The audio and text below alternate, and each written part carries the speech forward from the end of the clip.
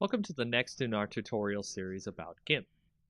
In this next tutorial, we'll go over a quick way how to do a coloring of a sketch that you might scan in or you have received on the internet. And it's really easy to start coloring in GIMP. To start, we'll go ahead and have our sketch open, as you can see right here.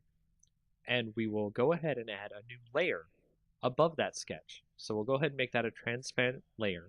And we will also make sure that that layer is set to multiply instead of normal, because if it is set to normal, you'll just draw the color over the sketch beneath that layer. But with multiply, it actually adds the color over the layer, but in a way so that the previous layer on the bottom shows through. So if you see right here, we've set our color to something that's a little bit more skin toned. Make sure to do that as well. Hit OK.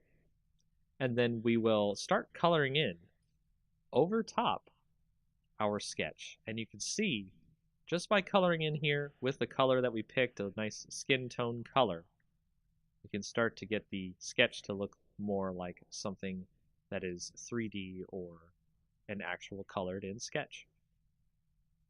Now this is a part of the longer process here, is to color in all the parts you need. So I'm going to do just a really quick once over, so that way it doesn't take too long and you can see the effects, but also we're not too worried about it being too messy. So as you can see there, I've colored in her face on this sketch. What we can also do is switch a little bit to the burn tool. We'll switch to the dodge and burn tool, then we'll switch to burn down here at the bottom on the options, so that way we can put in some shadows in the image where we think where the shadows are.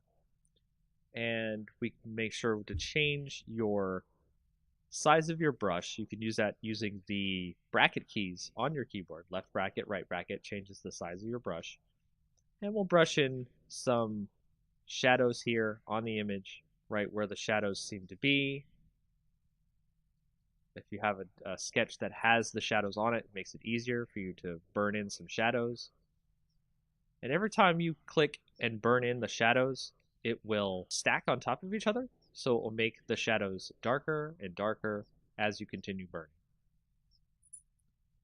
Now you can see that there are lines here that we can easily tell between the color and the shadows.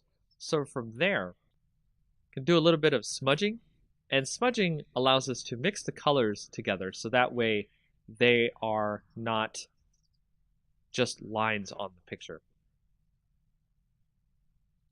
So we'll actually turn down the rate here of the smudging so that way it's not too obvious, and we'll start doing a little bit of smudging on the image here.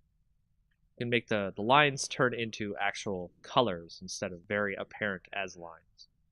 And that is a very quick and easy way to get started with coloring in GIMP.